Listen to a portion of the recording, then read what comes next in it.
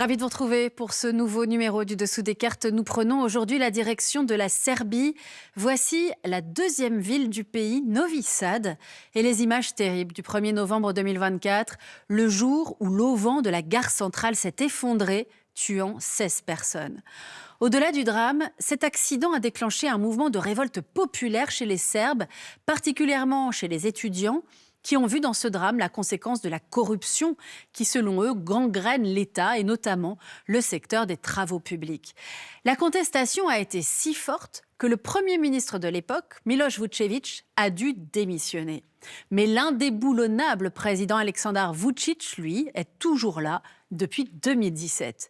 Il mène, vous allez voir, une politique d'équilibriste entre Ouest et Est, préservant Vladimir Poutine en n'appliquant pas les sanctions liées à l'invasion russe de l'Ukraine, mais se rendant aussi en Ukraine, à qui il fournit discrètement des armes.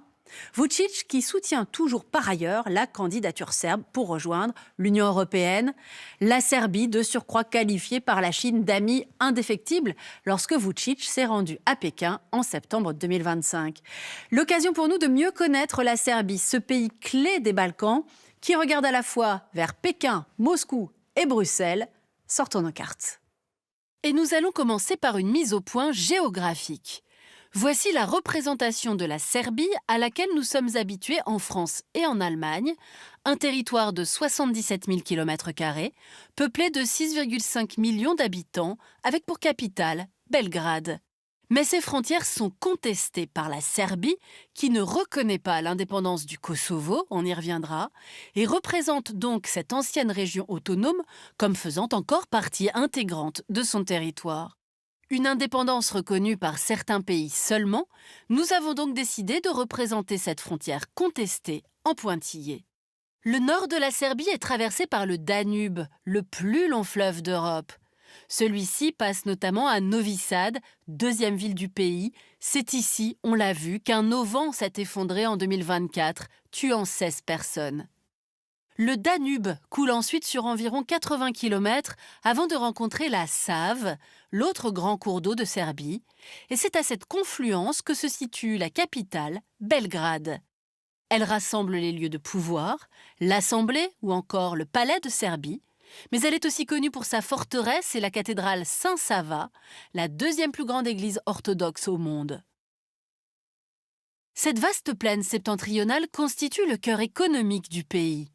Culture de céréales et de betteraves à sucre, élevage intensif, industrie lourde, raffinerie, chimie. Mais le reste du pays est en revanche très montagneux, avec notamment le Grand Balkan, qui s'étend de la Serbie à la Bulgarie et qui a donné son nom à la région des Balkans, les Carpates, qui s'étirent de manière sinueuse à travers l'Europe centrale. Danube, Balkans et Carpates, trois noms évocateurs de la géographie européenne qui se croisent donc ici, en Serbie, véritable carrefour régional. La Serbie partage en effet des frontières avec 8 pays. Croatie, Hongrie, Roumanie, Bulgarie, Macédoine du Nord, Kosovo, Monténégro et Bosnie-Herzégovine. Cette dernière a la particularité de contenir en son sein une entité autonome serbe, la République serbe de Bosnie. On y reviendra. La Serbie est aussi un carrefour religieux. Regardez, le pays est lui-même essentiellement orthodoxe, mais il se trouve à l'intersection des mondes catholiques au nord et musulmans à l'ouest. Alors la situation géographique particulière de la Serbie, au carrefour, on l'a vu, de plusieurs mondes, elle a eu des incidences sur son histoire, et c'est ce qu'on va voir maintenant. Au fil des siècles, le territoire serbe a été partiellement ou totalement intégré à la plupart des grands empires de l'histoire européenne, à l'Empire romain, à l'Empire byzantin, à l'Empire ottoman, à l'Empire austro-hongrois, et il a même été occupé par les puissances de l'Axe pendant la Seconde Guerre mondiale. Mais en 1945, la Serbie libérée est intégrée à la République fédérative socialiste de Yougoslavie, aux côtés de la Slovénie, la Croatie, la Bosnie-Herzégovine, le Monténégro et la Macédoine. Un État communiste dominé par un homme héros de la résistance contre l'occupant nazi, Josip Broz Tito. Après sa mort en 1980, les tensions entre les différentes républiques s'accroissent, notamment en raison du nationalisme exacerbé de Slobodan Milosevic, le président de la République de Serbie, qui aimerait voir succéder à la Yougoslavie une grande Serbie. Juin 1991, pour contrer ce projet, la Slovénie et la Croatie proclament leurs indépendances. C'est le début d'une guerre qui va durer 10 ans et faire plus de 140 000 morts, avec notamment les tristement célèbres massacres de Srebrenica et siège de Sarajevo commis par les Serbes de Bosnie, avec le soutien plus ou moins direct de Belgrade. Une à une, les ex-républiques yougoslaves accèdent finalement à l'indépendance jusqu'au Monténégro en 2006. Plus de 25 ans après la fin de la guerre de Yougoslavie, certains litiges n'ont toujours pas été réglés. C'est le cas du Kosovo et de la République serbe de Bosnie. Deux questions, vous allez voir, qui demeurent de puissants ressorts du nationalisme serbe et dont se sert la Russie pour étendre son influence dans la région. Intéressons-nous d'abord à la question du Kosovo, ancienne région autonome de Serbie, on l'a dit, qui a déclaré son indépendance en 2008. Une indépendance non reconnue par Belgrade et qui divise la communauté internationale, comme vous le voyez sur cette carte, avec en rouge les pays qui ne reconnaissent pas le Kosovo, parmi lesquels la Russie de Vladimir Poutine, mais également 5 pays de l'Union européenne. En 2022, de violents affrontements éclatent d'ailleurs entre la minorité serbe du Kosovo, soutenue par Belgrade et Moscou, et la police kosovare. L'autre grand litige hérité de la guerre de Yougoslavie est celui de la République serbe de Bosnie. Soutenus par Belgrade, les Serbes de Bosnie ont en effet obtenu en 1995, avec les accords de Dayton, une autonomie au sein de la République de Bosnie-Herzégovine, une sorte d'État dans l'État sous parrainage de Belgrade. Le régime ultranationaliste de Banja Luka, la capitale de facto, fait même aujourd'hui peser sur la Bosnie-Herzégovine la menace d'une sécession. Dans ses provocations répétées, le régime a trouvé un allié précieux en Vladimir Poutine, qui voit là le moyen d'exercer son influence déstabilisatrice en plein cœur de l'Europe. Dans les deux cas, la Russie se sert des minorités serbes comme de proxy pour déstabiliser des pays candidats à l'entrée dans l'Union européenne. Pour cela, Moscou s'appuie sur la relation historique qui unit le peuple serbe à la Russie, grande sœur slave et orthodoxe, considérée comme une puissance protectrice.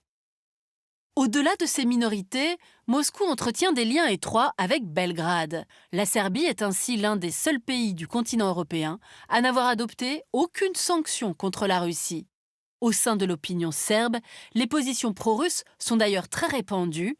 En juin 2022, un sondage établissait que 54% de la population serbe attribuait la responsabilité de l'invasion de l'Ukraine par la Russie à l'Ukraine. La Serbie qui est par ailleurs très dépendante de Moscou sur le plan énergétique. 90% de son gaz vient de Russie à travers le Turkish Stream et le Tesla Pipeline. Mais depuis quelques années, la Serbie s'est aussi rapprochée d'un autre acteur majeur, la Chine, et c'est ce qu'on va voir maintenant. Au fondement de cette entente, le soutien mutuel entre Belgrade et Pékin sur les questions de Taïwan et du Kosovo, jugées similaires. Après la signature d'un premier partenariat stratégique en 2009, la relation entre les deux pays se concrétise en 2016 puis en 2024 avec 2 visites officielles de Xi Jinping en Serbie. Pékin fait ainsi du pays des Balkans une pièce essentielle de ces nouvelles routes de la soie. La Chine investit notamment dans les transports, avec par exemple la ligne Land Sea Express pour relier la Grèce à la Hongrie en évitant soigneusement le Kosovo. La Serbie est donc un partenaire de la Russie et de la Chine, on l'aura compris, mais pour autant, elle n'est pas en rupture avec l'Union européenne. Voyons comment. Belgrade a officiellement déposé sa candidature en 2009 et le statut de candidat lui a été accordé en 2012. Le président serbe Aleksandar Vučić lui-même rappelle régulièrement que l'adhésion à l'UE demeure une priorité de la politique étrangère serbe. L'Union européenne, qui est par ailleurs un partenaire économique incontournable de la Serbie, puisqu'elle représente près de 60% de son commerce extérieur. Pour autant, le processus d'adhésion de la Serbie à l'Union européenne est au point mort. En cause, on l'a dit, les questions du Kosovo et de la République serbe de Bosnie, mais aussi l'illibéralisme du régime, la corruption et bien sûr la proximité avec la Russie et la Chine. Enfin, symbole de cette stratégie multicarte que joue la Serbie du président Vučić entre l'Europe et le tandem sino-russe, la signature en 2024 d'un contrat pour l'achat de 12 Rafales français pour remplacer sa flotte vieillissante de MiG russes. Un choix dont Emmanuel Macron s'est félicité, y voyant la preuve d'une inflexion stratégique vers l'Europe, tandis que d'autres s'inquiètent de voir ces avions pouvoir potentiellement un jour servir le camp russe. Voilà pour cette visite de la Serbie, pays équilibriste, vous l'aurez compris, entre plusieurs mondes.